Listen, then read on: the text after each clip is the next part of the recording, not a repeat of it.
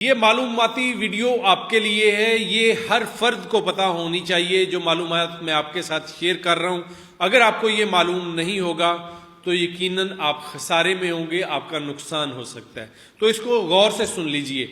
ہر شہری کو کسی نہ کسی کام کے لیے یونین کونسل میں جانا پڑتا ہے، اپنی متعلقہ یونین کونسل کے اندر جانا پڑتا ہے، تو وہاں پر جو یونین کونسل کا عملہ ہے وہ آپ سے دہاڑی لگا لیتا ہے کہ کسی کی مد میں 10,000 15,000 20,000 50,000 تک وصول کر لیتا ہے۔ تو آپ کو یہ معلومات ہونی چاہیے کہ سرکاری فیس کتنی ہے۔ اگر آپ نے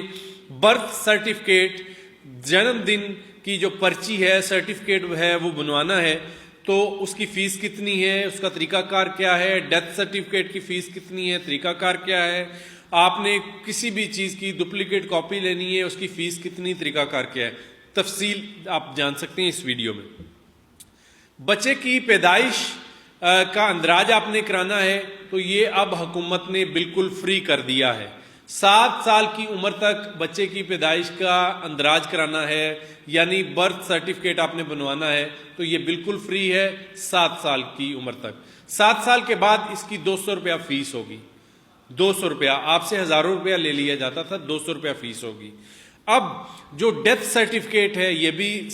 جو 7 سال کے اندر آپ اگر اس کا سرٹیفکیٹ لیتے ہیں تو یہ بالکل فری ہے، اگر اس کے بعد لیتے ہیں تو 1,000 روپیہ اس کی فیس ہوگی، آپ نے ہزاروں میں نہیں دینی، صرف 1,000 روپیہ۔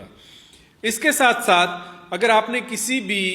چیز کی توثیق کرانی ہے، اس کی تصدیق کرانی ہے، تصحیح ہے،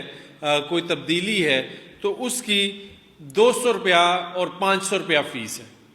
یونین کونسل کے اندر یہی ریٹس ہیں،